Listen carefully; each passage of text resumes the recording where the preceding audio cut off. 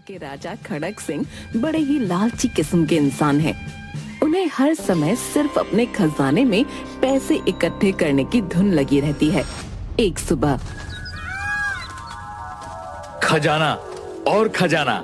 क्या हुआ महाराज, आप ऐसे क्यों चिल्ला रहे हैं? महारानी, आज मैंने सपने में खजाने की खोज की। अब हम और अमीर हो जाएंगे। कहाँ है वो खजाना? और आप पहले से ही राजा हो, और कितना अमीर होना चाहते हैं? बताता हूँ, चलो दरबार में। महाराज दरबार में जाते हैं। उनके साथ महारानी भी होती हैं और वो सिपाहियों को बुलाते हैं। सिपाहियों, मैंने अपने राज्य में नए खजाने की खोज की है। तुम जाओ और तुरंत उस खजाने को निकाल कर हमारे पास लाओ। महाराज, कहाँ है वह खजाना? हमारे राज्य के जिस घर के बाहर आंगन में 2 दरवाजे हों, एक पेड़ हो, उस पेड़ से बकरी बंधी हुई हो, दूसरी तरफ घास काटने की मशीन हो, बस उसी जगह को खोदना और तुम्हें वहाँ पर छुपा हुआ खजाना मिलेगा। महाराज सिपाहियों को एक कागज देते हैं। महाराज, माफी हो, लेकिन क्या वह हमें अपना घर खोदने देंगे? गुस्ताख, ये लो शाही फरमान और उनको बोलना, यह शाही फरमान महाराज ने खुद लिखा है। जो इस काम के बीच में आए उसे गिरफ्तार करके हमारे पास ले आना।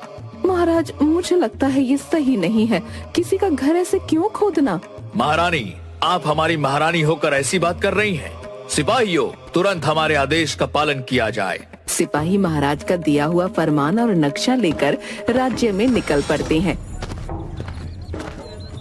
बहुत लोगों से पूछते हैं, लेकिन किसी को उस घर के बारे में कुछ नहीं पता होता। तभी बाजार में असलम और मुनव्वर पर सिपाहियों की नजर पड़ती है। सुनो, क्या तुम्हें इस घर के बारे में पता है, जिस घर का नक्शा इस कागज पर बना है? अरे हाँ, ये तो शमशेर का घर है। हाँ हाँ, सही कहा असलम भाई, यह उस शमशेर का ही घर है। ठीक है, तुम हमें वहाँ ले चलो। लेकिन क्या बात है सिपाही जी, यह तो बताइए। महाराज ने हमें उसे घर को खोदने का आदेश दिया है। नहीं नहीं, मैं नहीं जाऊंगा। वह शमशेर तो बड़ा ही सरफिरा है। अगर मैं गया आपके साथ तो वह मुझे बहुत मारेगा। तुम चुपचाप हमारे साथ चलो। हमारे पास राजा की शाही फरमान है। जो इस काम में रुकावट डालेगा उसे तुरंत गिरफ्तार करने का हुक्म भी है। असलम और मुनव्वर राजा के फरमान की बात सुनकर सिपाहियों के साथ शमशेर के घर जाती हैं। वहाँ शमशेर की माँ और उसकी पत्नी अपने आंगन में बैठी होती हैं। चौखट पर पहुंचकर सिपाही राजा के दिए नक्शे को खोलते हैं। 2 दरवाजे, एक पेड़, उस पेड़ से बंधी हुई बकरी, और हाँ, दूसरी तरफ घास काटने की मशीन। बिल्कुल सही, यही घर है। कौन हो तुम और ऐसे कैसे हमारे घर के अंदर घुसे चले आ रहे हो? हम राजा के सिपाही हैं और राजा का फरमान लेकर आए हैं। राजा का फरमान? कैसा फरमान? हे भगवान, मैं तो इस लड़के से परेशान हो चुकी हूँ।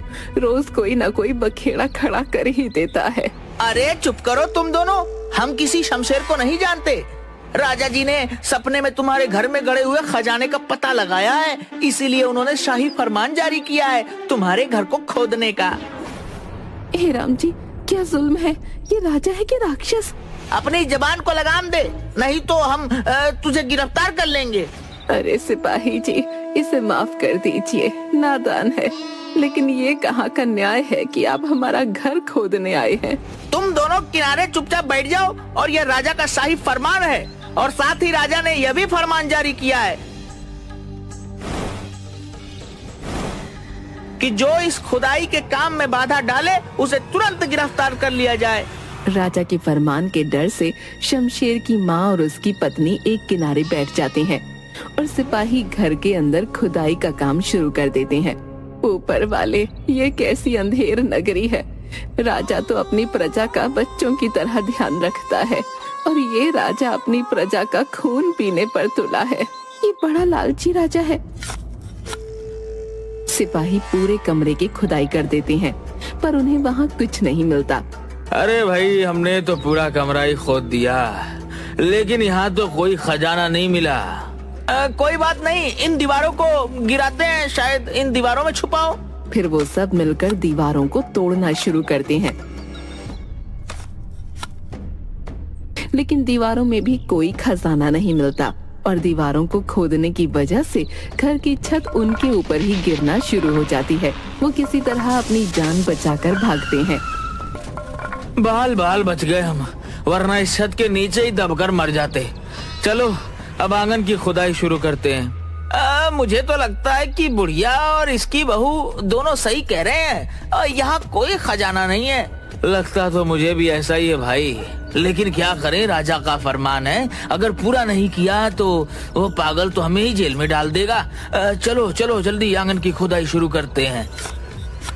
थोड़ी ही देर में शमशेर का पूरा घर खोदा जा चुका था। दीवारें, छत, सब कुछ टूट चुकी थी। वहाँ सिर्फ मलबा ही मलबा था। ए बुढ़िया, हम जा रहे हैं, हमें यहाँ कोई खजाना नहीं मिला। सिपाही वहाँ से खाली हाथ ही राजमहल वापस चले जाते हैं। शमशेर अपने घर वापस आता है। साथ ही वो अपनी माँ और पत्नी को रोते चिल्लाते हुए पाता है। अरे क्या हुआ, ऐसे क्यों रो रही हो? और हमारे घर की ये हालत किसने की? कहाँ था तू? हम तो लुट गए, बर्बाद हो गए। कमबख्त राजा के सिपाही आए थे, राजा का शाही फरमान लेकर। कैसा फरमान? अरे बेवकूफ, हमारे घर को तोड़ने का शाही फरमान लेकर आए थे। राजा के सिपाही पूरे घर को तहस नहस करके चले गए। लेकिन ऐसा क्यों किया तुमने, पूछा नहीं? पूछा था, उन्होंने कहा कि उस राजा को हमारे घर के नीचे दबे खजाने का सपना आया है। हमने उन्हें रोकने की कोशिश की तो हमें ही बातें सुनाई, और तो और हमारे मोहल्ले के लोग भी उनके साथ थे। तो क्या खजाना मिला? अगर खजाना होता तभी तो मिलता। तू रो मत माँ। चलो हम यहाँ से किसी दूसरे राज्य में चलते हैं, हमें नहीं रहना यहाँ। तुम दोनों एक बात कान खोल कर सुन लो, ना तो मैं कहीं जाऊंगा और ना किसी से भीख मांगूंगा। जिन्होंने मेरा घर गिराया है वही मेरा घर ठीक करेंगे। तू तो पागल हो गया है, पागल।